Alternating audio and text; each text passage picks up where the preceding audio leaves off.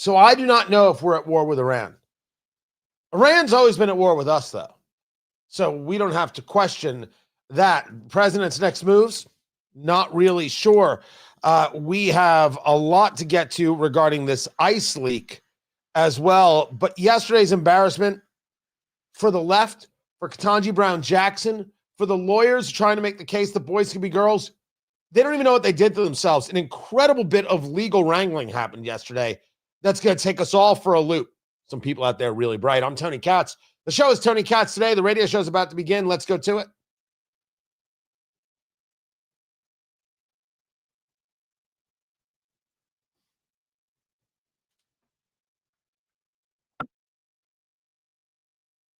I mean, that is where the United States has military bases throughout the Middle East. Mm-hmm. Now, we can confirm that the U.S. is withdrawing some personnel from major bases across the Middle East due to heightened regional tensions. And you look at some of this in Qatar, that's the Al Udeid Air Base. You got about 8,000 to 10,000 U.S. service members. That's one of the larger bases. You got another Army base in Kuwait that's been operating for some time now, several years, if not decades.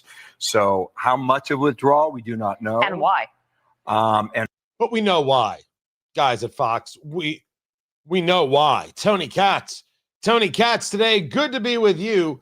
The question is, are we at war with Iran? Well, we can answer certain parts of the question that Iran is always at war with us and has been since 1979. This has not changed. But what we are seeing are some heightened tensions, and we're seeing some advanced movements before the possibility of possibilities, certainly in the efforts to keep our own troops and our own hardware safe, and certainly to keep the Iranians, which is to say the Iranian regime and others, on their toes, off guard. They think we're coming from the left. Boom, we come from the right. We prove this.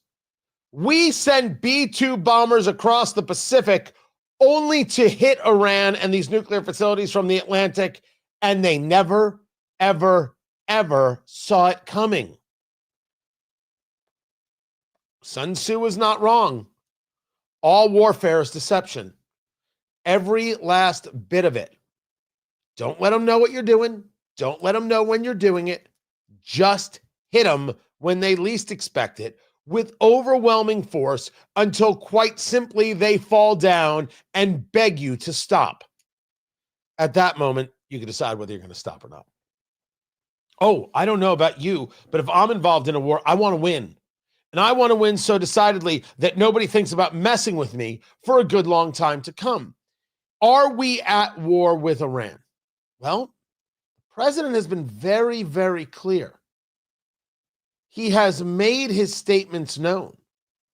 He has spoken to the Iranian patriots, and he has said the words as clear as day.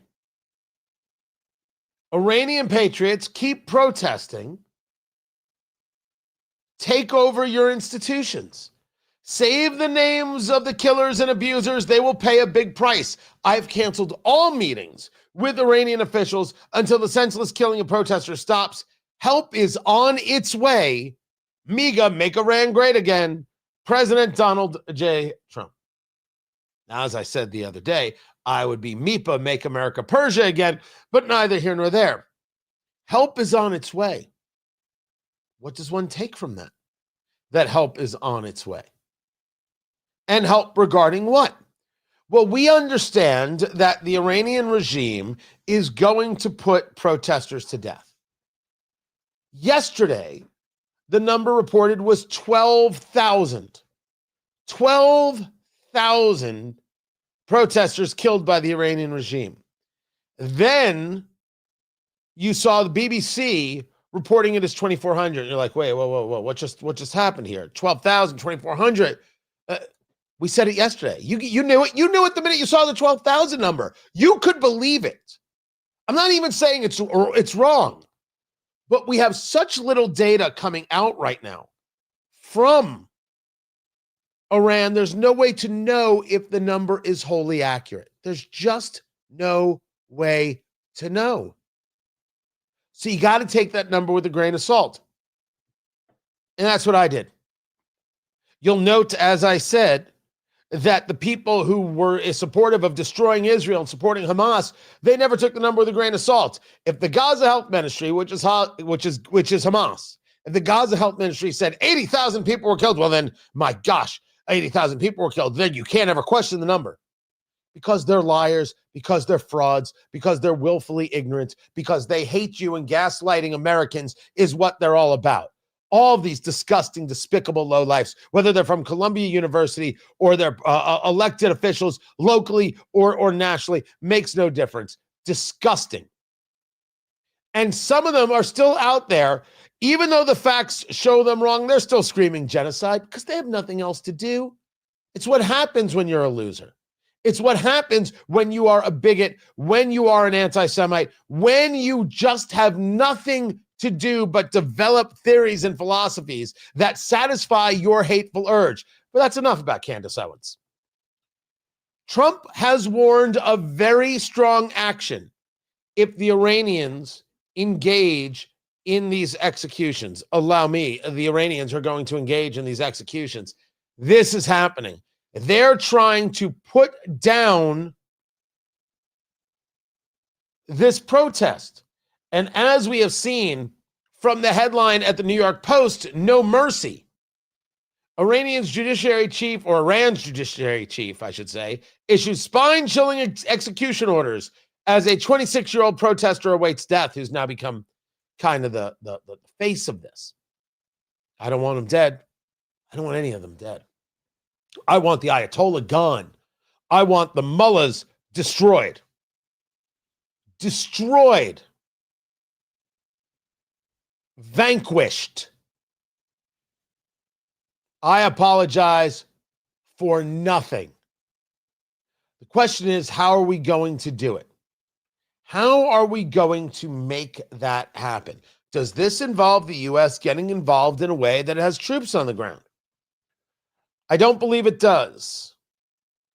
And while I am certainly more willing to engage fights than others, right? We talk about a place I have a real split from Magaville. I don't even know how we would do it. It's not that we're not capable of doing it. I don't know how we would do it. Does this mean we take out Iran's ability to engage in an attack on neighboring countries, allies, etc.? Whether that be Israel, whether that be Saudi Arabia, that Iran has been in a proxy war with in Yemen for years. Well, I could see that. I think you can too. I think that if we were sitting on the bar stool together having a bourbon, we'd be like, yeah, okay, you figure out where their bases are, and you take out those bases. That's what you do. Just take them right out. Now, you know that they've moved military equipment. They've recreated and refinessed some of their bases, and we may have access to all of that because we can see them and they can't see us. How would you help the people who are engaged in the overthrow? Do you sneak them in weapons? Is that what they need? President Trump said we're going to put a 25% tariff on any nation that does deals with Iran. I think that hurts the people more than it hurts the Ayatollah. But is there something like that could be done? So when he says help is on its way, I have been going through it. I don't know what it is. I think if I'm assessing the situation properly, the president is pot committed, if we're going to talk about this in terms of poker. I don't think he's walking away from the hand. I don't think that this is all a bluff and he's going to fold. I don't think, not only do I think he can't afford to fold, I don't think he wants to. There's a real moment here. And if we think about it like Trump for a second, there is a legacy moment here. And the legacy moment is, look at the peace that I was able to help create. Iran as a signature of the Abraham Accords, game over. Game over. Just that is legacy stuff that Biden or Obama would dream about and will never, ever, ever come. In order to get there, I believe the president actually has to help get there, which means he's pot committed. There is going to be some action. I can't figure out what the action is. We talk about the moving, as you heard from Fox News, from certain bases. BBC reporting that the U.S. and the UK are pulling personnel from Qatar's military base, reducing the number of personnel there. That could be you want to be able to be away from Iranian missile attacks. It could be you've deployed these people elsewhere to be part of a potential assault. President Trump briefed on military and covert options for Iran, long-range missile strikes, having the carriers there in the Gulf or in the Med to be able to engage those attacks. That is absolutely possible. This attack could come via the Israelis. We are selling them more F-35 strike fighters. Maybe they're not sold as much as they're given, right? I don't know the particulars of the financials of the deal. And let them and their security forces run the raids. You'll note that we sold dozens of F-35 strike fighters to Saudi Arabia. Why in the world would we do that? Well, don't think of Saudi Arabia as a country that we have an adversarial relationship with. We should have dealt with Saudi Arabia more strongly after September 11th. We didn't. That is our fault, and that moment has passed. We live in the now. And in the now, in the real politique of it all, you got to deal with these people. So we sell them F-35 strike fighters. We sell them M1 Abrams tanks. What in the world do these people need a tank for? Don't think of it as a nation having weaponry they can use against their enemies. Think of it as a forward base for us. A land carrier instead of a carrier on the water. It's a drop-off point for our military to be able to then get into our vehicles and then be able to take off and deal with our enemies. That's what it is. Saudi Arabia is nothing more than over-the-horizon capability, which is why we should have kept Bagram as an Air Force base in Afghanistan and never given it up. And you know, if you don't know now, I'm telling you now, Trump is eyeing that thing like he's eyeing Greenland and saying, we got to get back there and we got to have troops there and we have to have over-the-horizon technology, or not technology, capability. That's coming. That is 10,000% coming. How are we going to deal with Iran? I don't know. I don't have the answer. And I think the people are kind of hoping they're right. I can't imagine a single troop on the ground. I can imagine taking out military targets. I can imagine levels of attack involving power, involving water, involving crippling the capability of the Ayatollah to do anything, including escape. I can imagine the back channeling to allow the Ayatollah to escape. I may disagree with it, but again, the real politics of it all. The only thing I know is that based on everything that's been said and everything that's been done, President Trump can't turn back now. It'd be devastating to him. It'd be devastating to the midterms. It would be devastating to how he is viewed around the globe. He's in. What we don't know is what the in is. But if you are surprised that there might be action against Iran in the next 24, 48, 96 hours before the month of January is up, you would be the only one who's surprised. No, we're here. And I believe, based on the data, that one way or another, this is happening. I'm Tony Katz, and this is Tony Katz Today.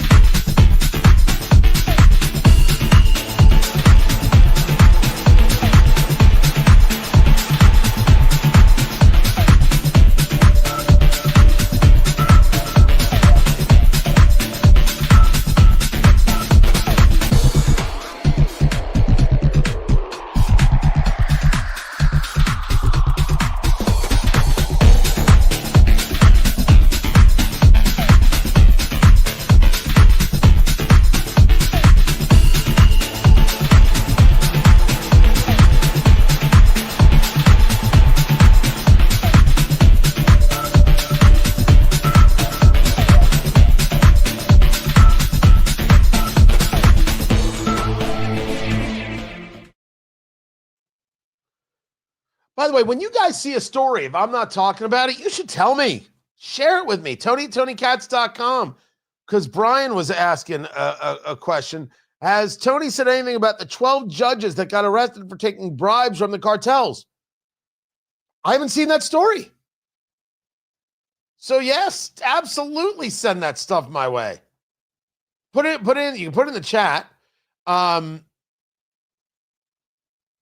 Tony at TonyCats.com, just email me. Absolutely. I haven't seen that story yet, but I will look for it. I will absolutely look for that. Meanwhile, you guys, as we have seen, the show is picking up. And so it's Trollorama. I think that's going to be that way for a little while. New kids on the block, we're rising, and people have things to say. They do have things to say, indeed. All right, so I will get to the ICE story. There's the ICE agent. I will do that. I will take care of that. I got it. Is President Trump easing his stance on the Hyde Amendment? I don't have any background on it. I'll dig in maybe today and hopefully have an answer for you tomorrow. But if you think of the Trump analysis of things, the first rule of Trumpism is Trump wins, and second rule of Trumpism is the deal can always be made as long as it adheres to the first rule of Trumpism. It's possible. When you're a populist and not a conservative, it's absolutely possible. So this is about abortion that Matt is asking about.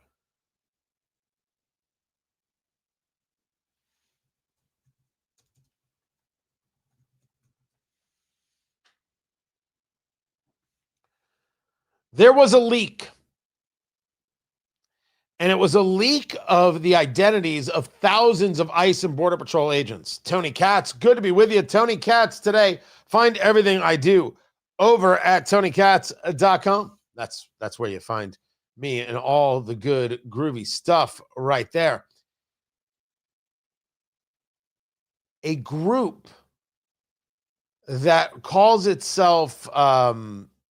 what is it, the ICE list? They say they're a journalistic project to share information to, quote, hold ICE members legally accountable.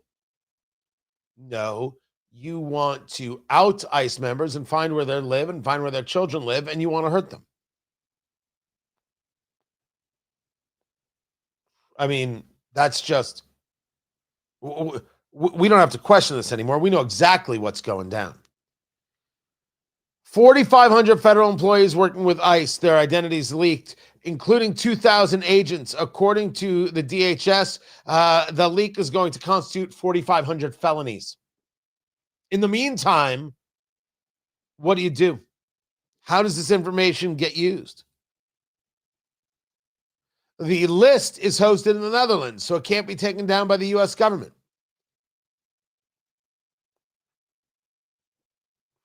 And the argument is, after the shooting death of Renee Good, well, people have had enough. Yeah, consider me one of them. Sick and tired of these so-called protesters who want to support illegal immigrants and illegal immigration over the country and the safety of the nation. I'm tired of them attacking ICE agents. Stop. Stop blocking traffic. Stop disobeying direct orders. Stop trying to run people over. Stop. Stop destroying buildings. Stop attacking ICE agents. Stop ramming them with your car. Stop with the false imprisonment. Stop. That's all. Just stop. I didn't say you had to agree with the policies, but you're not engaged in disagreement. You're engaged in violent assault, and you're thrilled that someone got killed so you can have more ammunition with which you can go after the ICE agents. That's, if you say to me, that is so awful, that is such a terrible thing to say, that's how you come across. Don't blame me. Don't get angry with me for noticing how it is you act. And then you have the audacity to say to us that somehow you are good and pious. as for the prosecutors who have resigned over this, because they don't like the fact that the DOJ is not making a case regarding the ICE agent or even investigating, I think there should be an investigation. I think it's healthy. You had an ICE agent involved in a shooting. What the White House is going to say is it was clear self-defense. The agent was attacked. This domestic terrorist tried to run him over. And the left screams and loses their mind. Domestic terrorist, how dare you? This is a citizen. The White House uses the term domestic terrorist because that's how the left is describing ICE agents. So all they're doing is utilizing that same methodology back at them. The left is infuriated about it. Maybe you should stop. Maybe we should all just stop being crazy. But the left believes that they are somehow ordained by a God that they don't even believe in to go do this. They believe that they are in the right, that they are somehow touched with the secret knowledge that they can engage in violence and they are righteous. If ICE wasn't doing anything, if ICE was not even involved in any operations in Minneapolis, the leftists would have somebody else to go after. Do we not understand what the Antifa type is all about? Do we not understand the concepts of permanent revolution? There is always something. But even if they were to disagree with ICE, as one could argue that they do, if they think that acts of violence, if they think that attacking ICE agents is proper and good, they have to be told that they're wrong because they are wrong. Us following the laws, that's what makes sense. And this leak here, find the leaker, throw the leaker in jail for life. The cat's out of the bag. You now have 2,000 agents who have been almost quite literally unmasked. And bad things are going to come from this, which is what the left wants, and they feel that they're somehow allowed to do it. They're not. This is Tony Katz today. What the hell am I talking about? Just the facts. That's what we do here. That, sometimes some food, a little bit of comedy, cigar talk, those kinds of things. I'm Tony Katz. The show is Tony Katz Today. Glad you made it, man. Wait, you don't think, was he not being sincere? Is that it? Is that he wasn't being sincere? Okay, that's fine. That's fine. This, I don't know what is with this cigar right here, but this was not humidified properly. Not at all. Whew. Oh, that's not good. Sometimes it's placement in the humidor. Sometimes I believe it's my humidor.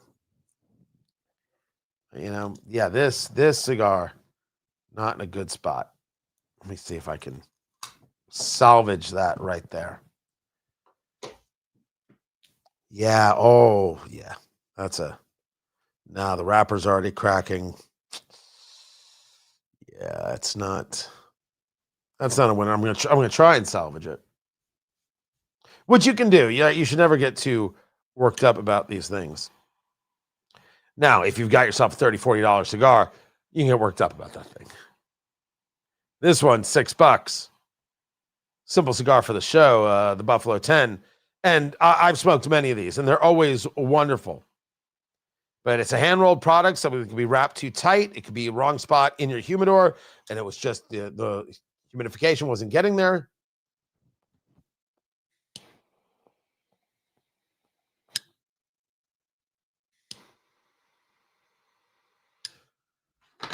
We'll see how that goes. Anyway, you've got questions. I've got answers.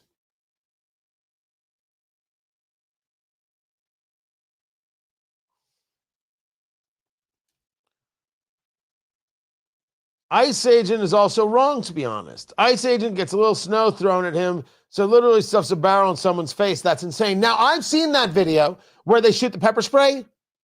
There's more to that video. But let's at least start there. I do think it's acceptable to say that the ICE agent needs to show a level of restraint before engaging. And if you say to me, yeah, but they're being harassed and this and that, I'm not saying no. I'm not supporting that. It ain't easy to be an ICE agent, but there are still rules. Now, if the ICE agent is being assaulted, if things are getting violent, well, then that's that. But the screaming and yelling, no. If you're tailing an ICE agent, that's different. I think rational people can rationally do this. Yeah, no, the cigar's over. It happens, I'll grab another one. You wouldn't know what a fact is if it hit you in the face. Why? Because you disagree with me? Well, that's just silly. That is just silly. And by the way, I know that what you said isn't a fact. So I must know what a fact is. And I don't need anything to hit me in the face. Why are you so violent? Oh, don't get me wrong. I totally agree with you, Mike. That kind of stuff is happening. The snowballs can hurt you because I've watched the Philadelphia Eagles game. I know the producer Landon appreciated that. You're right, Mike. Absolutely no. They're not supposed to take that. No. Sorry, Wolfen. I'm not a populist, and I don't agree with everything that Trump says. But Trump is not the problem. The selling of fear as politics is what the progressive left does every day. You can't win. You can't win this argument, man. But I'll debate it with you. Call on in. 833 got Tony. Go ahead. We're getting our showers back, everybody. That's a beautiful thing. That is spectacular. They are repealing some of those Biden-era regulations that wanted to put limitations on your shower. Well, you can't have this much water flow. You can only have that much water flow. And we have to save the planet and all those things. 226 to 197 was the vote, saying that Washington bureaucrats have gone too far in dictating what happens in Americans' own homes. What I'm hoping this means is that you get to keep your gas stove. This is a great example, and we'll get into what happened in the Supreme Court yesterday. It was a bad day for the progressives who want to make the claim that boys can be girls and girls can be boys, who want to be able to engage in mutilation of children, who can't stop thinking about children's genitals. That's all the left does. All they do is think about kids' genitals. What? No, they say that about the right all the time when the right pushes back and tries to protect children from these people who are abusers and want to mutilate kids. They're always like, you can't stop talking about kids' genitals. It's the left that is obsessed with children's genitals. Can't believe I've used that word so much on the show today. Usually it takes a week to make that many mentions of genitals. Yeah, the show's interesting, right? Yeah, I'm glad you're here too. A real embarrassment for the lawyers involved in trying to bring these cases to the Supreme Court and ensure that boys can play in girls' sports. Really embarrassing for Justice Ketanji Brown Jackson, who is not qualified. She can't do it. She isn't smart enough. End of list. And a fascinating take from, I think it was the West Virginia Solicitor General, regarding these cases and Title IX. So smart. I had not heard anybody do this before, although this theory may have been out there. I'll break it down. Absolutely special. But when people on the political right were pushing back against the abuse of children and the abuse of young women and telling them they can't participate in sports, that you can push them out for a boy who claims to be a girl, the left said, why are you always involved in these culture wars? Why is it always about the culture wars? You're in a culture war. And I have always said, damn straight it's a culture war, and we're going to win. Of course it's a culture war. It's worth fighting. We have to win the thing. And we're winning the thing. We're not done. We're winning the thing. The left came out and said, your gas stove is killing you. We need to get rid of gas stoves. And the people on the political right said, what the mother, what? What's wrong with my gas stove? And the left said, what are you talking about gas stoves? Who brought up gas stoves? No one's mentioned gas stoves. Why are you always talking about gas stoves? Oh, you and your culture wars. And they went after gas stoves, and they went after gas hot water heaters, and they went after gas furnaces, and actually engaged regulation saying you can't have this, you can't use that, you can't use the other. Why can't I use natural gas? It's cheaper.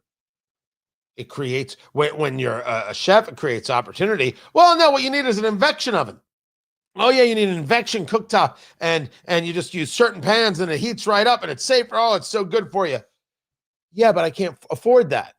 So thank you, Mark Ruffalo, for telling me what an elitist snob you are, telling me how I should live my life. I just want a gas stove. Well, a gas stove, that's putting pollutants in the air, and you're giving your kid asthma. If you live in an apartment that's 500 square feet and you don't open the window, yeah, you can create an issue.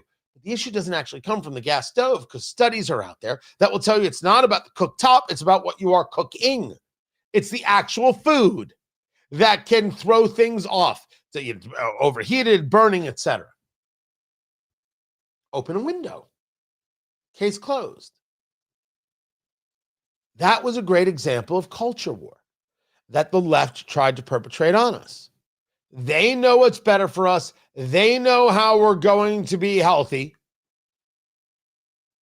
And they can't allow us to have things they've decided aren't good for us. Nobody should want the government deciding what is good for us. That is a great example of government overreach. Now, I think the president right now is involved in some government overreach when he's trying to say we need to cap credit card companies at 10% interest for a year. No.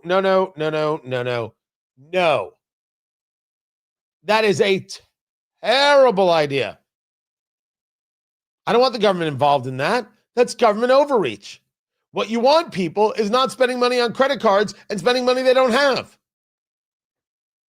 You want to create a better economic environment, which I believe the president can do if he stops making mistakes like, hey, you're not allowed to charge more than 10%, as if the government has any role in that whatsoever, and the buying of mortgage-backed securities to $200 billion, which I think he is also wrong about.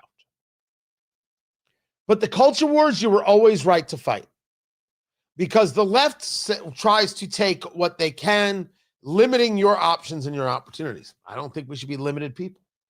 I'm glad the showers are back. And of course, you can't mention a shower without mentioning Bill Clinton. Bill Clinton.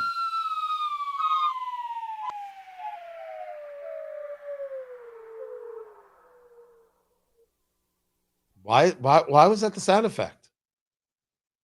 Why in the world was that? I don't know what we were doing there. I should try it again. Without Bill Clinton. Ed Garvin, male prostitute. All right, closer. Bill Clinton refused to show up for his deposition. He was subpoenaed by the House Oversight Committee, and he was supposed to show up to speak about Jeffrey Epstein and the Epstein case, answer questions regarding the Epstein investigation, and he may now be held in contempt by Congress. He should be. He wrote a letter saying this is just an attack and this is just unnecessary, and you're doing this because of pure politics. Allow me. Let's take it away from Bill Clinton just for a moment and discuss the Epstein files in its broader context as it has been described over the last few months. We here, me, you, this show, from the beginning, and we're on the record, so there's no question here, released the Epstein files. Who was involved? Who was involved with abusing children? How do we ensure that we know who they are, we prosecute them, and if found guilty, throw them in jail? Who was involved with abusing children? That's where we started from. That's where we began this conversation. That we are not going to be people who sit idly by and watch children be abused. We're not going to have it. We will not have it for a moment. They have to go. We can't allow them to be a part of society. Doesn't matter their last name. Doesn't matter their political affiliation. If they were abusing children, they have to leave. That's what we said. We want the files. And then Pam Bondi brings so-called influencers to the White House, and everybody gets a binder, and they come outside, and they're waving their binders. And what was in the binders? Nothing. Everything we already knew. And it was the first inclination of maybe Pam Bondi isn't good at this. Maybe Pam Bondi is terrible at this. Maybe. I have come to believe that Pam Bondi is indeed terrible at this. So after that, we then get President Trump telling us, these Epstein things, this doesn't matter. He's dead. Why are you paying attention to this? Why does this matter? And there were people on the political right who said, yeah, we shouldn't be paying attention to this. Trump's right. We got to focus on what matters. It doesn't matter. Oh, hell no. You better believe this matters. The president's wrong. He missed. He didn't understand where the American people were, which is really weird because he's so incredibly good at it. We absolutely want the files. And Trump got pushback. And that's when you started seeing moves made about, okay, we got to have votes to release this. Okay, we got to look into this. Democrats took advantage of that opportunity, being a people who take advantage of opportunities. What do you have to hide? Trump's hiding it because Trump's and they called him every name under the sun, when, of course, it is very clear that Trump stopped talking to Epstein when he learned about him. Trump threw him out of Mar-a-Lago. And there is no rational person thinking that Trump was engaged with underage children. Was Trump engaged with women who were throwing themselves at him every single day of his single life? Absolutely he was. There is zero proof about Trump and children. It's just so ugly. That I get it, Trump hater. You want it. That doesn't mean anything to the rest of us. But as I said from the beginning, you show me proof. I want a guy in jail. I don't care his last name is Clinton, Trump, Gates, doesn't matter. I want him in jail. Democrats have now made a cause celeb of this. We have to find out about Epstein. What is it that the Republicans are hiding? Why won't they vote on this? Why won't they do that? Well, Democrats, nobody seemingly was closer to Jeffrey Epstein than William Jefferson Clinton. In Epstein's house, there was a painting. The painting was of Bill Clinton in a blue dress. If you take a look at the cover of Politico, you've got Lauren Boebert holding that painting, or I should say a copy of the painting. It's Bill Clinton sitting in a chair, but his legs draped over the arm of the chair, in a blue dress, wearing red heels, pointing at you, the observer. It's super weird. It's super duper weird. They had a friendship and a relationship. Democrats, why aren't you asking, why didn't Bill Clinton testify? We need all the information we can get. We need all the help we can get. We need all the backup we can get. Where was Bill Clinton to provide any data he could so we could get an understanding of who is abusing children so we could bring them to justice? Why is it that the Democratic Party doesn't care about children? How come they're trying to cover up the Epstein files? Is that so hard? Is the politics so hard here? Democrats are covering up the Epstein files because Bill Clinton will not testify. And I believe, did Hillary Clinton show up today, or did she also not show up to testify? We'll find out. They have answers. They saw things, man. Maybe they didn't, but if they tell us, we'll know. But they're not testifying. At least Bill's not testifying. Covering up for Jeffrey Epstein? What did Bill Clinton know, and when did he know it? If Republicans aren't asking that question in every single press conference and every single interview they do on TV, starting with that before they answer the question of the interviewer, if they're not doing that, they're out of their damn minds. I'm Tony Katz. This is Tony Katz Today.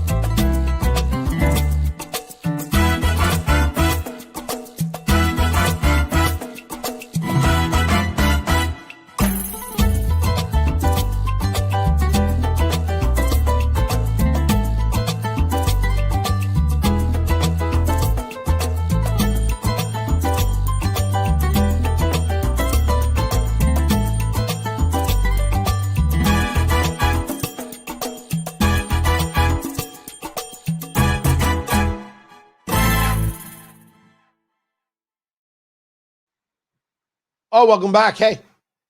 All right, I grabbed another one. It happens. It happens. Ooh, running out of gas there.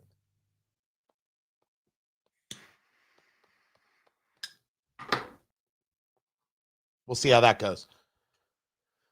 Now, let me just a couple of quick comments here. First of all, can I just say, free R. Kelly? Dude, you're in the wrong show.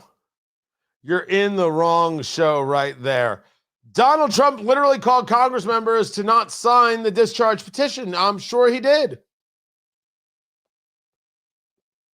But the discharge petition didn't have any safeguards for people being outed who had nothing to do with this, who did nothing wrong, who were victims. And that was the problem with it. You were outing the names of victims as opposed to going through and engaging some proper redaction. That's irresponsible. There's the difference there. But you could also argue he didn't want something out. You can make that argument. But if you make that argument and then you don't apply it to Bill Clinton, well, what argument are you making? Do you want to know who is abusing children so we can bring them to justice? Or do you want a political tool to your advantage? Me, I want to bring people to justice who are abusing children. I don't know. I don't know about you, sir. I have no idea. I know what I want.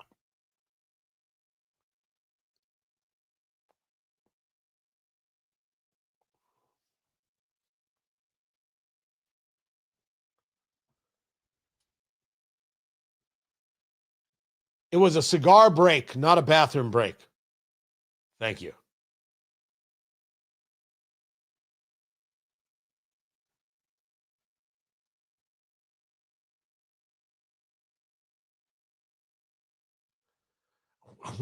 There's a conversation in the chat going on about vaccination cards.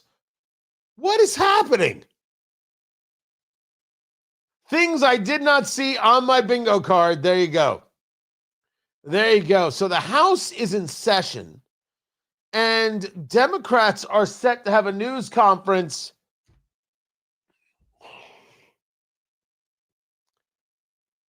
Democrats are going to have a news conference on the killing of Renee Good.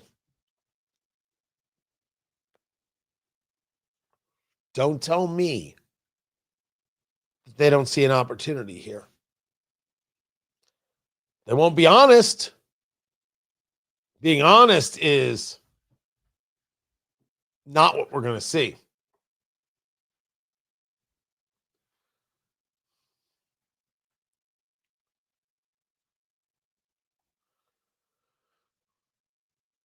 What do you believe? From whom do you believe it? When do you believe it? I don't think it's out of the realm for any of us to say when we see something, we're like, yeah, no, that ain't true. We have to check. We have to double check. We have to recheck. I do. I assume you do. And I assume you do that even with me. Tony Katz today. Good to be with you. I wouldn't tell you that you're wrong. When we see so many people, whether they're not so much people who do radio, but people online and influencers, there's a question of what moves their message. I am not someone who believes, oh, well, everybody's paid off to say this, that, or the other. When I started my radio career in Indianapolis on WIBC, the owner of the station was so far left, I didn't know it was possible. Yet Rush Limbaugh was on our station. Then locally, a man who was known around the country for his law skills by the name of Greg Garrison. And then me. Never once got a note from a very progressive owner about things to say. My main station, still Indianapolis, is now owned by a different group. Never once got a note about what to say. If I'm involved with something, I say it. If I'm connected to someone, I say it. So you know where I'm at, so you know how to judge the commentary. That's not true of the influencers. And I think that it is legitimate on any side of the aisle to be looking at what it is that they're saying and where the influence comes from. So when the Wall Street Journal puts out a story about influencers who are getting paid hundreds of thousands of dollars and taking trips to Qatar to promote Qatar, or pushing for reclassifying marijuana while they're getting $300,000 from political action committees. This story goes after those on the political right who are doing that. And I don't mind outing these people and saying, hey, where are you getting this money? Who are you connected to? What are you actually telling an audience? And they have large audiences. This has been going on for the left for years. I think it is incumbent upon us to check, double check, and recheck. We should ask ourselves, do we want this kind of money being spent? And do we want to reward that kind of money and the messages they're putting out? I'm Tony Katz. It's a problem. I mean, they did a story about Alex Brusewitz, who is a Trump aide, about Rob Smith and others. And if you're getting hundreds of thousands of dollars to push something and you're not disclosing what it is that you're pushing, that's a problem. In radio, it's plug-ola or payola, and that'll get you fired. Knowing what's what matters. Knowing how people are getting paid matters. Now, you forgive me, I gotta ban some people who are being very, very terrible in the chat room. MAGA equals traitor. Listen to me, Vet for Democracy. That's not true. You're angry. I get it. You don't like Trump. Okay. This is just a dumb thing to say. It's a dumb thing to say. It's not traitor. You disagree with it. Doesn't make it a traitor. And let's assume, Vet for Democracy, that you're a veteran, and thank you for the service. It doesn't give you any special rights. You aren't somehow more American. Stop it. It's a dumb thing to say. Don't be dumb. All right? Disagree. Use your words. That's just stupid. It is so dumb. All right, if you want to stick with it, man, it was nice knowing you. It wasn't nice. Goodbye now. Gone. You don't have to agree. You can't be somebody who's cursing. I'm deleting people all day. Guys, let me tell you, see this? It's easy. Delete, delete, delete. Oh, let me scroll over. Delete, delete, delete. All day. No problem. Do I want to play these Democrats talking about Renee Good? Do I want this? I'm going to have to. I'm going to have to.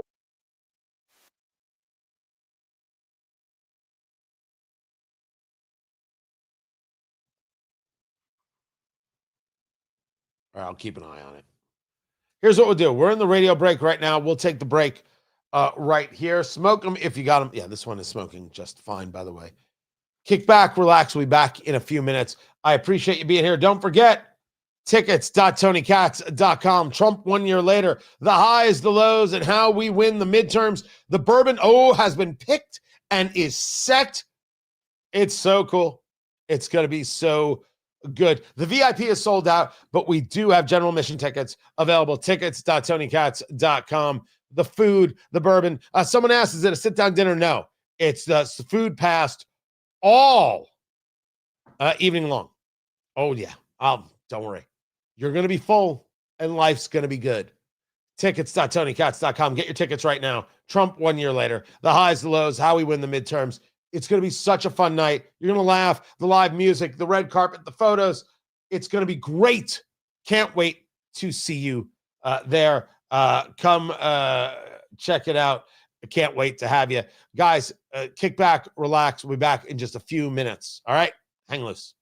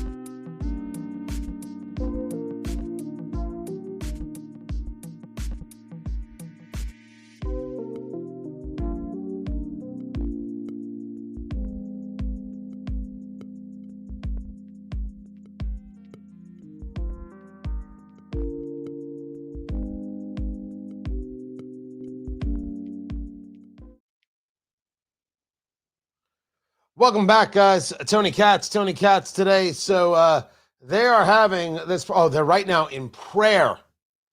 They're outside of the Capitol as they're there to have their press conference about the ICE-involved shooting of Renee Good. Sorry, I got her name right there. Let's take it to it. With my colleagues, and we hear from them that Donald Trump's administration's actions have been hateful as well as harmful. Immediately after last week's shooting, Kristi Noem rushed to the nearest camera and spouted off a series of bold-faced lies. Her disgusting response set the stage for a brazenly political federal investigation that has excluded state and local officials and is clearly intended to shield the shooter from prosecution. Incredibly, the investigation has focused not on the shooter, but on the victim and her family. As a result, several federal prosecutors have resigned in protest. Kristi Noem has plainly tried to signal to ICE that they are free to act with impunity, to purposefully manufacture and escalate confrontations, and even execute whomever they please, and she will have their back. She has unleashed ICE and other federal law enforcement officers upon American communities, not to protect them, but to attack them and to sow fear, violence, and chaos. We cannot and we will not tolerate this violence against our communities. The killing of Ms. Good must be independently investigated to those responsible, from the agent who pulled the trigger to the president and secretary who deployed them. They must be held accountable. And we cannot stop there. Unfortunately, when it comes to Ms. Noem, this cruelty and disregard for the rule of law is part of a long pattern of behavior. This shooting did not happen in a vacuum. It is a tragic result of Noem's dangerous reign as secretary. Since taking office, Noem has established a corrupt culture at the Department of Homeland Security. There it is. She and her political allies conduct themselves as though they are above the law. She has wantonly enriched herself and her associates at taxpayers' expense. Well, there's She the has new openly wrinkle. defied court orders, undermining the constitutional rule of law. That is She has Representative used Benny Thompson, access to who disaster of course funds ran the to J6 punish circus, political foes, having a press conference she outside has the Capitol with some other obstructed Democrats, including congressional Al oversight. Green, the guy who She has takes his directed cane the to Trump and indiscriminate gets thrown out of deportation of addresses thousands from of the people. president, making the claim that, of course, ICE is at fault. Renee Good was nothing more than a casual legal observer, and Kristi Noem is weaponizing ICE and is benefiting herself. Was that financially that Representative Thompson just tried to put out there? Tony Katz today. Good to be with you. Good to be here. I'm going to take it back to this. And by the way, there's a sign behind them that reads ICE kills Code Pink. Code Pink is the communist group led by Medea Benjamin, who is more than happy to do the work of the CCCP or the CCP, I should say, the Communist Party, the Chinese Communist Party, or any commie out there. That's who you're associating with. I don't think you're getting the message you wanted here. But let's take it back to Benny Thompson and what it is that they're discussing. Channels of government. So it's accountability. We'll start the process looking at. We're not sure where it will go, but we'll follow it wherever it leads. Her conduct has gravely endangered the security of the United States, its people, and its institutions of government. Kristi Noem must be held accountable. What? So what we'll have now, we have a number of individuals who are here who will speak and we'll have. Did Renee Good do anything wrong? By the way, I didn't want her dead. But did she do anything wrong in blocking traffic and being somebody who was instigating with ICE, as we now know? Somebody who didn't listen to law enforcement when told to get out of the car, and someone who drove and hit an officer. Did she do anything wrong? Ilhan Omar now speaking. Thompson. Well, this is going to be a thing. Today, we are honoring the life and memory of Renee Nicole Good, a 37-year-old mother of three, a writer, and a poet. Renee's mother remembers her as one of the kindest people she's ever known. For anyone who knew her, says Renee spent her life caring for others, always putting their needs first. What about what Renee Good did herself? Her community drove her to stand up for her immigrant neighbors. She had just dropped off her 6-year-old son off at school and was serving as a legal observer when she was murdered by an ICE agent in South Minneapolis. That is a lie. That is a flat out lie.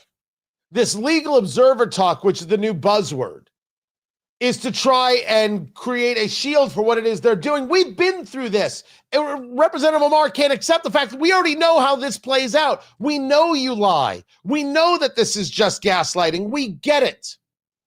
But she wasn't, oh, hey, look, there's Renee Good, let's kill her. That's not what happened.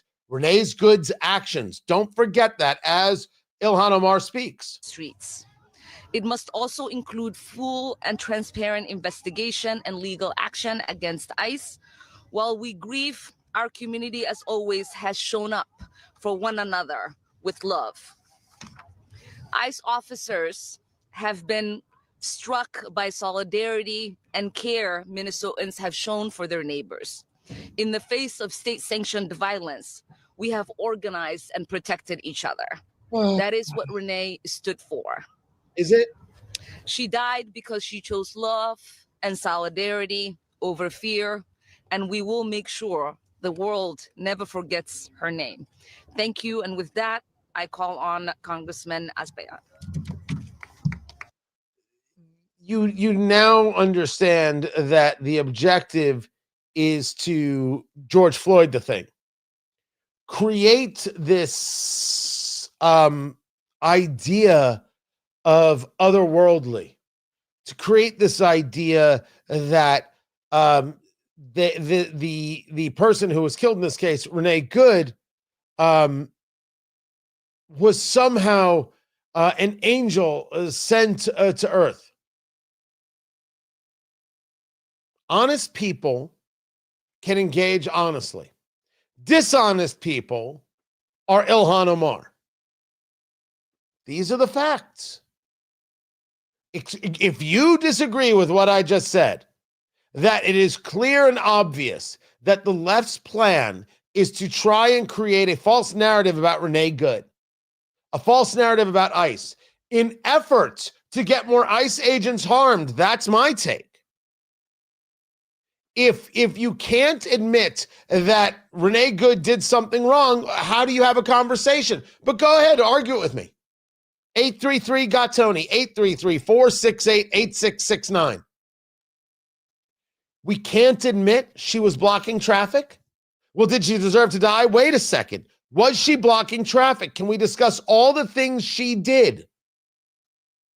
If she had not skidded out on that patch of ice as she was going forward, would she have run directly into the cop? Did the skidding cause her to turn right? And she already had struck an officer at that time, by the time she was turning. That's the question here. I said investigate. And I think there should be investigations, including DOJ investigations, of course. If there isn't one, I could see people saying, hey, what is this? Was it a good shoot? Was it necessary? All these, you can do that. But you're going to pretend that she didn't do anything? Not that she did this, this, and this, and I still think X, Y, and Z. You're going to pretend that she didn't do anything. Ooh. Okay. Well, that's precious. That is precious. And some people want to put out there that the officer was never struck. Yeah, the officer was struck. And I should say an officer was struck. That's obvious. The video shows this and proves this without any question. We understand that the objective here is solely and exclusively how can we pile on ice to create a situation that is more dangerous and violent for ICE. This isn't the desire. I put forth to you, I think this is the only way to possibly see it. Meanwhile, you heard two cases, I should say the Supreme Court heard two cases yesterday regarding boys and girls sports. It did not go well for them at all. An embarrassment of riches. That is Ketanji Brown Jackson, and a way to look at this case and to look at this situation that maybe you haven't thought of before. I hadn't. It really is brilliant. I'm Tony Katz. This is Tony Katz Today.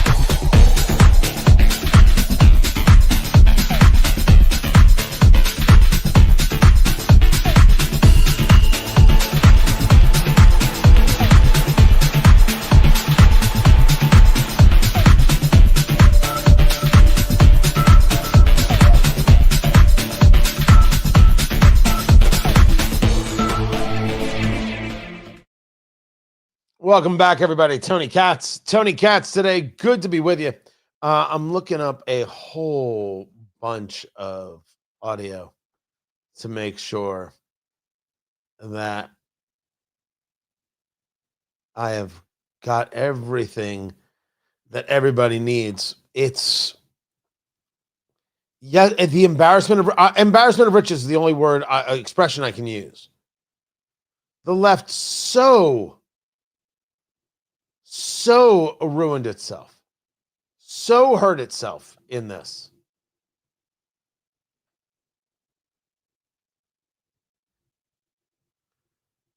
I want to see where I have, there it is. And that's the rebuttal. There it is. So let me get rid of that. Let me get rid of that. And let me get rid of this. Let me get rid of this. Let me get rid of this. I'll keep that here. So I have right now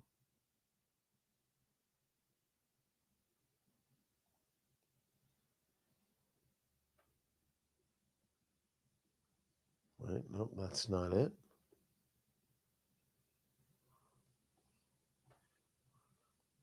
I will open that, a new tab, and everything else I have is here and here. And wait, hold on. And there. Got it. Now I have everything. Oh, if you walk into a courtroom saying that boys can be girls and you can't define what a woman is,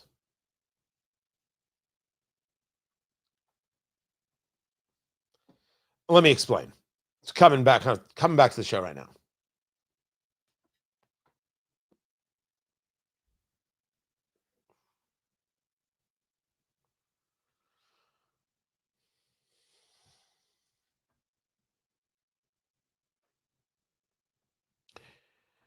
As the left tried to make its case yesterday in front of the Supreme Court, and Ketanji Brown Jackson embarrassed herself once again, which she did. A story that I think was unintended by the left, unwanted by the left, and I would say unrecognized by a fair amount of the right, not being lawyers and not spending every day of their lives involved in the intricacies. A story got exposed that I think made everybody say, well, wait a second. I had not considered that. Tony Katz today. Great to be here. Great to be with you. There were two different cases, one out of Idaho, one out of West Virginia, which, and I'll engage it in just a larger overview, were about boys and girls sports, was really about the mainstreaming of transgenderism, or as I describe it, the mutilation of children. The pushing of puberty blockers, the idea that sex is not even a thing, the idea that we cannot have differences and make note of them. The abuse of children is despicable, as we have mentioned many times. The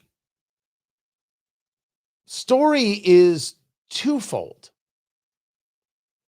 We start where we start, which is with Ketanji Brown Jackson, who is an embarrassment as a Supreme Court justice. She is not smart enough to do the job. Well, Tony, you're a racist. She's not smart enough to do the job. She has proven this. Someone did a study of the amount of talking she has done for her first cases on the bench. And I think it's like in the first 8 cases of everybody on the court, in the questions that they have asked, Ketanji Brown Jackson by herself has used more words than all of the men on the court put together. I think that's pretty funny. But there are differences between men and women. We can accept this. Expressions, etc., expressiveness. It's that Ketanji Brown Jackson has beclowned herself in her questions time and time again. And her question here to a Justice Department lawyer once again shows the level of her ignorance. I guess I'm still struggling to understand why the state would have to have perfectly tailored laws. I would think the state would just have to make exceptions where people can demonstrate that the justification that makes the state's conduct constitutional doesn't apply to them. Right. So making exceptions is tailoring your law. That's literally what it means to tailor. No, but from the. There is no other answer. She doesn't know what it is to tailor a law. Now, you and I not being lawyers, maybe we haven't spent much time on it. The point is, she has been a lawyer. She has been a judge. She's a justice. And she just got played the fool in a span of 30 seconds. Perfectly tailored laws. I would think the state would just have to make exceptions where people can demonstrate that the justification that makes the state's conduct constitutional doesn't apply to them. Right. So making exceptions is tailoring your law. That's literally what it means to tailor. No, but She embarrassed herself completely and thoroughly and repeatedly in these cases that were a discussion of something incredibly important. Do we have standards? And can we protect children? And no matter what, how narrow these cases may come out and the decisions and their focus, the larger scale ramifications culturally are, do we believe that children should have the right to change their gender? The answer is of course not. Do we believe that adults have the right to poison children with puberty blockers or engage in mutilating children by cutting off perfectly healthy breasts or other things? And the answer is no, we don't. We protect children. That to me is the overarching of these cases. But if you're going to go about making the claims that boys can be girls, girls can be boys, it's all fine, it's all normal, it's all good, part of what you have to do is be able to claim that there is such a thing as a boy and they can be a girl, and there is such a thing as a girl and they can be a boy. To which Justice Samuel Alito points out to one of the leftist lawyers who refuses to provide definition of what a woman is. If it does that, then is it not necessary for there to be, for equal protection purposes, if that is challenged under the Equal Protection Clause, an understanding of what it means to be a boy or a girl or a man or a woman? Yes, Your Honor. And what is that definition for equal protection purposes? What does it mean to be a boy or a girl or a man or a woman? Sorry, I misunderstood your question. I think that the underlying enactment, whatever it was, the policy, the law, we'd have to have an understanding of how the state or the government was just understanding that term to figure out whether or not someone was excluded. We do not have a definition for the court. We do not have a definition for the court. Maybe you caught that at the end there. We do not. Listen. Understanding that term to figure out whether or not someone was excluded. We do not have a definition for the court. If it does. You want to decide that a boy can do this and a girl can do that. And when asked the basic question of what is a boy and what is a girl, what is a man and what is a woman, you don't have the definition.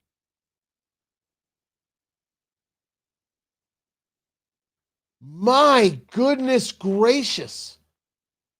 That is a stunner. So the leftists who are engaged in trying to bring about this non-justice for children, these judges failed and failed miserably. And you may have noticed that for Ketanji Brown Jackson to hear this case, there were many times that she was getting into a conversation about children and boys and girls, which would mean that she somewhere knows the difference between a boy and a girl, meaning she knows the difference between a man and a woman, meaning she knows what the definition of a woman is. But when she was being confirmed and was asked the question, what is a woman? She said, I don't know. I'm not a biologist. And I'm asking out loud, did she lie in her confirmation hearing? Because she shouldn't be able to hear this case. She doesn't know the difference. But if she does know the difference, she lied in her confirmation hearing. What? She learned it ipso facto? Nah. Not buying. Now, this brings us to the Solicitor General of West Virginia. His name is Michael Williams. And he engages something absolutely amazing that you have to hear. How this is all about Title IX. I think you've now heard respondent abandon the Fourth Circuit's logic on Title IX, and I think in many ways that makes this court's task that much easier. Congress authorized regulations allowing sex-separated athletics.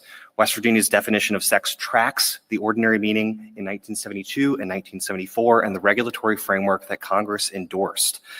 I think, Mr. Chief Justice, your question really highlighted how BPJ's approach unmoors the statute and the regulation under Title IX on the basis of sex. BPJ's test in turn begins to look more towards other characteristics that aren't on the basis of biological sex. And I think that's not consistent with what we see there. I also think the answer to Justice Barrett's question reflected how under BPJ's theory, this really isn't about competitive advantage, that really what this does turn on is gender identity, because BPJ continues to maintain that a cisgender boy who continues to not have those same biological advantages would nevertheless still be kept off of the girls' sports team. So if you endorse that philosophy, that would require the court to hold that long-standing Title IX athletic regulations are unlawful. It would eliminate sex-separated athletics entirely, and I think it would defeat Title IX's core purpose of ensuring equal athletic opportunity for both sexes. On the equal protection side of the house, the question is whether the classification is substantially related to an important governmental interest. And I think that BPJ ultimately wants to rewrite the classification to be something that it is not. Biological sex substantially relates to athletic performance. That's exactly why, in fact, Title IX regulations authorize sex-separated teams in the first place. Respondents' test effectively ratchets up the intermediate scrutiny standard into a perfect fit, best disposition case that this court has repeatedly said is not the standard under intermediate scrutiny cases. That is the standard for strict scrutiny cases. You have heard it several times today. Justice Sotomayor, you asked about deference. I think this court has also repeatedly recognized that in areas of evolving science and medicine, especially involving children, legislatures have the primary responsibility for weighing competing evidence and making the policy judgments. Now, I agree with that with the legislatures, but that part about Title IX, if boys are girls and girls are boys, and there is no difference, of what purpose is Title IX, which was created to make sure women had a fair shot in sports? This is the left saying of Title IX, you're destroyed because there are no women, there are no men, and there are no women's sports. That's something. Keep it here. This is Tony Katz today. Back to the comments. Well, there's a stupid comment, so that goes.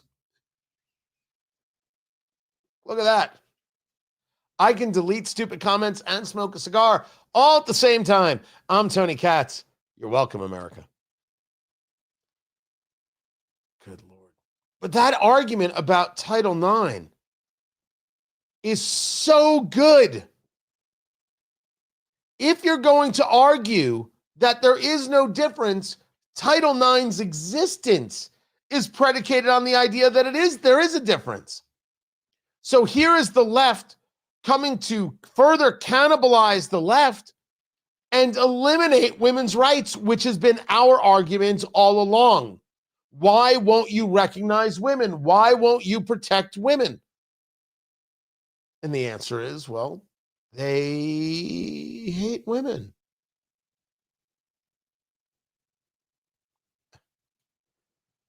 Ta-da! Don't get angry with me. All this lawyer did was expose what it is they are saying. I thought it was outrageously well done.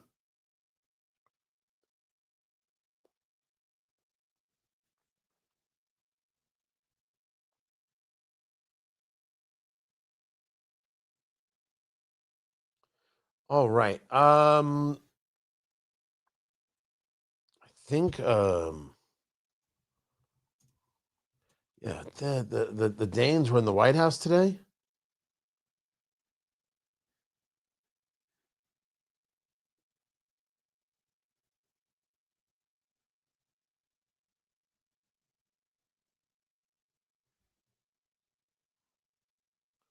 So I'll have that as part of three more things. I have got, what else? Did I have something else here for you?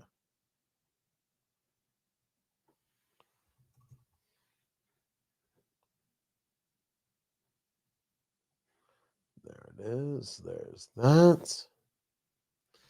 And I had one more thing. I had one more thing for you guys. I know I did.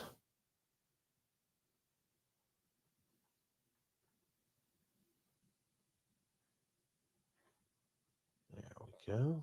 I might have one more thing even after that. Okay, that's there. There we go. Just that story.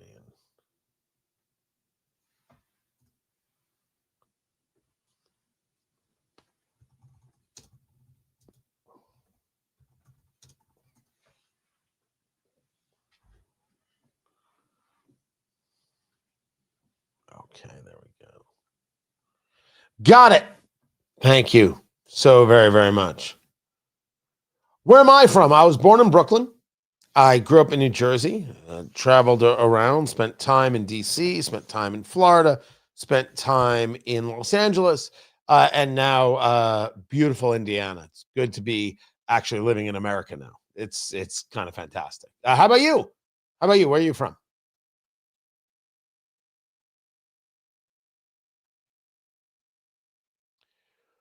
Where are the women groups that fought for the rights of having their own team and equal rights? That didn't mean they were going to paste on an artificial. Whoa, hey, wow, Sharon.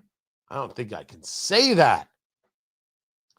Where are the women's groups? Well, they're probably very, very confused because they don't know how to. You created this leftist monster and they don't know what to do with themselves.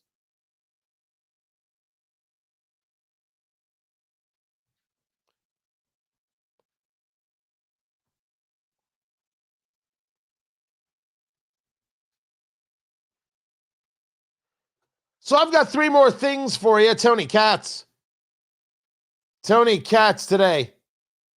Appreciate you guys being here. Some stories that you need to make sure you know what's going on. And some of them are just weird. You have the Prime Minister. I believe it's the Prime Minister of Denmark, or was it just the Greenland Foreign Minister?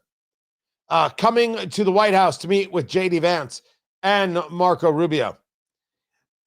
There's a deal going on, guys. This is happening in real time. The United States is not messing around. They want Greenland. And there are reasons for it, and they're all about safety and security. And President Trump has been very, very clear about this. He wants to make sure it is not in the hands of the Chinese and of the Russians, which it could be. You don't think they're making a play for it? Of course they're making a play for it. They understand over the horizon. They understand what it is to be able to have a base to launch from, a place to fight from. Absolutely. And President Trump is not being shy. Exactly what he does, and I think people are shocked by this. And how dare he do this? Why are we all acting like somehow we don't understand that this is exactly what he does? On Greenland, sir, the premier of Greenland said today, we prefer to stay with Denmark. Do you see that as the final word? That? The premier of Greenland. Well, that's their problem. That's their problem. I disagree with him. I don't know who he is. Don't know anything about him. But that's going to be a big problem for him. I think people are shocked and amazed that Trump would say that. Trump does not engage in negotiation of, oh, they said no? Okay. I guess we'll just go have a Big Mac now. Too bad we won't get Greenland. Oh, well. By the way, I don't know if he uses that voice or not. I don't know how that became my impression voice. I don't know. You know what? I apologize to you. I shouldn't do that anymore. I almost there sounded like Brian Regan. The big yellow one's the sun. It was close. It was super close. Trump doesn't engage in a way that he just walks away from the thing. His job, as he sees it, his want, his desire, his need is to make the deal. And the deal he wants is Greenland. There is nothing wrong with pushing for this. Absolutely nothing wrong with it whatsoever. And I look at the people who are shocked by this and amazed by this and saying, who does Trump think he is? These are people who have never made a deal in their life. These are people who have never pushed for anything in their lives. These are people who have never had a goal in their life. So they are shocked. But yet, here is Greenland meeting with the vice president and the secretary of state. Because as we said months ago, if I'm Greenland and I'm hearing the United States say this, if I'm the Danes, I'm saying, okay, that's America's bid. What's your bid, Russia? What's your bid? I mean, if the thing is for sale, the thing is for sale to everybody. Oh, no. Sorry, U.S. I'm not just going to leave it to you. Oh, you may disagree with me. And I agree. It should be part of the United States if it's going to be anywhere. But if you're Denmark, you got to make a deal. And your deal is based on two very important things. A, what do you get paid? And then B, who's going to be your friend afterward? What kind of danger are you putting yourself in if you go with the wrong partner? Anybody who's ever taken money for a business knows you can put yourself in a lot of danger if you got the wrong partner. If I have taught my children anything, the only thing worse than not having a deal, than no deal, is a bad deal. When you don't have a deal, it's annoying. It's frustrating. It's angering. But there's still a deal to be made.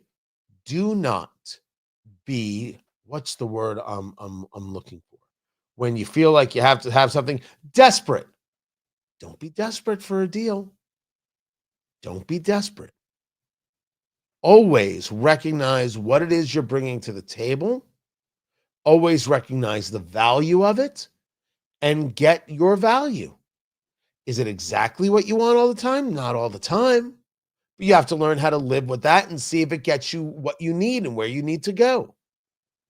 But the only thing worse than not having a deal is having a bad deal. Man, that's just a torture you cannot explain. When you don't have a deal, you still have options. When you're in a bad deal, you have no options. That's for the Danes. That's for Denmark. They're going to have to figure that one out. But what comes from this meeting? President Trump putting out on Truth Social, the United States needs Greenland for the purpose of national security. It is vital for the Golden Dome. This is what Trump wants to create for the United States, a la Israel's Iron Dome. NATO should be leading the way for us to get it. He continued that NATO becomes far more formidable and effective with Greenland in the hands of the United States. Anything less than that is unacceptable. Standard stuff from President Trump. Netflix, another thing to get to, they're going to make an all-cash bid for Warner. They're going to make a bid for Warner Studios, which has HBO Max streaming, all cash. It was originally a $72 billion deal, Netflix buying Warner, cash and stock. Then Paramount came in and they said, watch our checkbook. And they said, we'll give you $77.9 billion all cash. No stock, nothing else. Paramount this week said, whoa, let's go. We're going to engage a proxy fight. We're going to go for seats on the Warner board, and we're going to make this deal with Netflix impossible. Warner then held a vote and said the Paramount deal isn't a good deal. We want our deal with Netflix. So now Netflix is going to alter the deal to offer all cash. That's what they're going to do. That's a tremendous amount of loot. Then there is the story that the Chinese embassy in D.C. Sorry, this is the one in London. I thought this was the one in D.C. The Chinese embassy in D.C. Always seems to have a large amount of cameras around it. It looks a little bit brutalist in its style, if I remember correctly. Large amount of cameras. But, of course, they built themselves an embassy in London. At this embassy, there is a secret room. according to the people at Fox News. Secret room to be built at Chinese embassy near cable lines, sparking widespread espionage fears. This has now come out. There's a question of whether or not Starmer is going to approve this. I still believe that Keir Starmer is on his way out. Not only has he proudly gone after people for their social media posts, allegedly 12,000 arrests regarding people's social media posts, he wants access to people's telephones. He wants access to apps that are encrypted point to point. You want to talk totalitarian. You want to talk about somebody who doesn't want you to be able to speak freely. Keir Starmer is it. It's horrifying. And then, I don't know about you, but I want a private jet. I don't need the fanciest hotel room. I don't need the fanciest car. I don't need the fanciest home. Private jet. Right? I feel the same way about private jets that I do about boats. I don't necessarily need one. I don't need to have my own boat. I just need friends with boats. That's what I need. Same thing is true with private jets. I don't necessarily need my own. I just need friends with private jets. Oh yeah. Because once you do it, it's not that I've done a lot. I've only done it once. Once you do it, that's it. If you've never flown first class and then you fly first class, you fly first class. I treat myself on any flight I can, I fly first class. I don't think I've surprised anybody by having this conversation, always. And yes, I'm in the suit. I'm always in the suit. Neither here nor there. Once you do private, well, that's the ballgame. There's absolutely nothing like sitting down on the plane and then someone saying, okay, let's go. And then you take off. There are no lines. There are no people. No one is fighting at the gate. There is no gate. It's the best. Well, there is a new private jet for sale. Actually, it's a used private jet. It is the former jet, a Gulfstream G550, which is a nice way to fly, that belonged to Sean Diddy Combs. His jet was sold to pay for, was it paid for legal fees and other things? These pre-owned generally sell for $20 to $30 million. I don't know who bought it. I only hope they gave it a thorough cleaning. Now, luckily for the new owner, the leather seats were well oiled. So that's got to be a huge benefit. That's got to be a sigh of relief. Someone asked the new owner, hey, have you checked it out with a black light? Don't check it out with a black light. Don't you dare. Don't do it. It's a mistake. Even Jackson Pollock would be like, my God, what happened in here? So, you had to have. Did you just rip out the whole interior? Because the plane is the plane. But you ripped out the whole interior, right? Someone paid $20 million for the plane. They spent another $5 million for new seats, didn't they? Please tell me they did. Please. Because if people are worried about the carbon footprint of this plane, no. You got to be worried about what disease it's leaving airport to airport.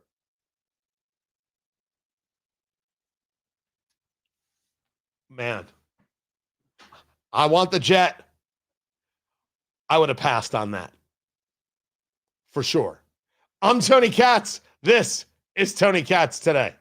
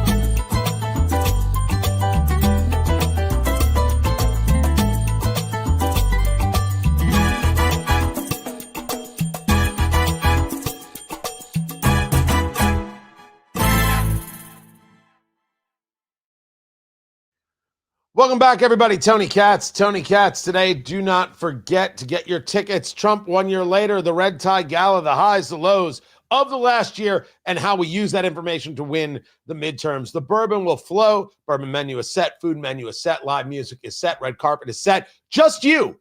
You can wear a gown. You can wear a tuxedo. You can wear a cocktail attire. You can wear business attire. My God, just wear pants. It's going to be such a good night. Saturday, January 24th. Hyatt Regency, downtown Indianapolis. Trump 1 year later, Red Tie Gala. I want to see you there. Tickets.tonykatz.com. Tickets.tonykatz.com. If you're a part of any organization and you're like, hey, they may all want to come, email me, tony@tonykatz.com. Maybe I'll send you a code. Make it easy on everybody. I just want to see people have a good time. That's all I'm looking for. I like a good time. I throw a good party. So be there. Tickets.tonykatz.com.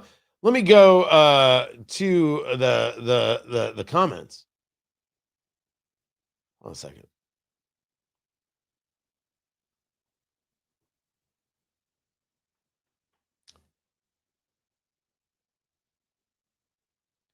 Led Zeppelin 747 is for sale? First of all, I don't think I want to be on a plane that old.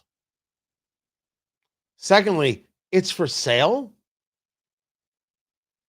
Yeah, so that would be a plane that needs a cleaning too. With John Bonham on that plane needs to be cleaned.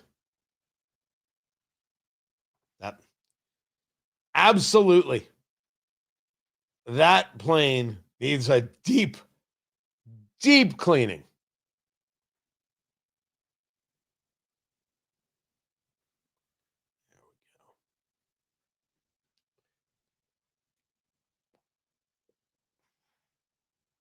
How do you know that Led Zeppelin leased a 707? How do you know that? Like, what a weird, arcane piece of history to know. The plane that Led Zeppelin used when they toured? That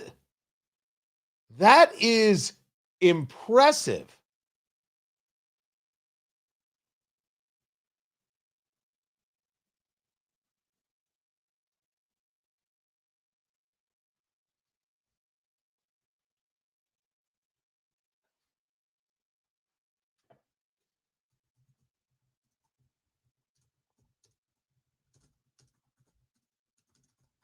Sorry, I had to respond to an email. Coming back to the radio show.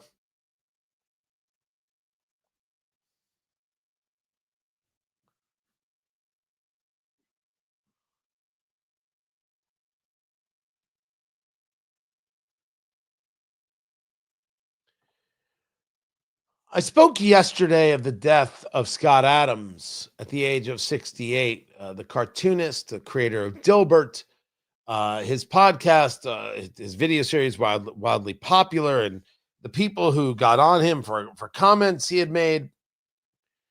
A lot of people get on a lot of people for comments they make. I'm not here to condemn nor condone, at least for the sake of this conversation. It is noticeable that when leftists disagree, they engage a posthumous, what's the word I'm looking for? Degrading of the person in question. When al-Baghdadi was killed, a terrorist, it was the Washington Post that referred to him in his obituary as an austere religious scholar. That's one hell of a way to put it. It's an insane way to put it, but it's one hell of a way to put it. When O.J. Simpson died, what People magazine wrote was O.J. Simpson, dead at 76 from cancer, family announces. O.J. Simpson died. That's what they wrote. After the death of Scott Adams, People magazine wrote, Scott Adams, disgraced Dilbert's creator, dies at 68. Disgraced. O.J. Simpson murdered his wife and a waiter, Ron Goldman. He's just dead from cancer. Scott Dilbert said something you disagree with. He's disgraced. Now, People has deleted this. The woman who wrote this, I didn't know anything about her, Victoria Edel, or maybe it's Edel. Didn't know anything about her at all. Still don't. But this is the madness. This is the obscenity. Scott Adams, he's disgraced, but the murderer died of cancer. Isn't that a shame? You know, he still had a family. This is why people don't trust the media. These people are vicious. Keep it here, guys. This is Tony Katz Today. And then you get this. Scott Adams was a blanking Nazi, you knob. Dude, what is it like to be that sad, that pathetic, that ignorant, that bitter, that vicious, that worthless, that false? My God, man, this is not the place for you. Hey, you're going to find your place, but it's not here. Well, I don't know if you're going to find your place. You may first have to find your soul. It might take a little bit longer. No real map for that. You're gonna have to do that searching on your own. Figure it out. I appreciate you guys being here so very much. Can't thank you enough. Hold on a second. I thought the gloves didn't fit and OJ was acquitted. Yeah, sure. Oh, he was acquitted. You bet. Acquitted. Right. OJ was acquitted. If you say OJ Simpson alleged murder, the family probably sues you for defamation. I don't know. What do I think? How about that? I think OJ did it. And I think more than half of the country is with me. But they didn't put him in prison for the murder. That was for the stuff with some memorabilia, and he beat some people up, which there was a real conversation of, is that what he wanted? Like, he knew he was guilty, so he did something stupid so he could go to jail? You're right. He was found not guilty in a court of law. We should always be people who engage with the facts. He was found not guilty. Huh? Hey. Court did what it did.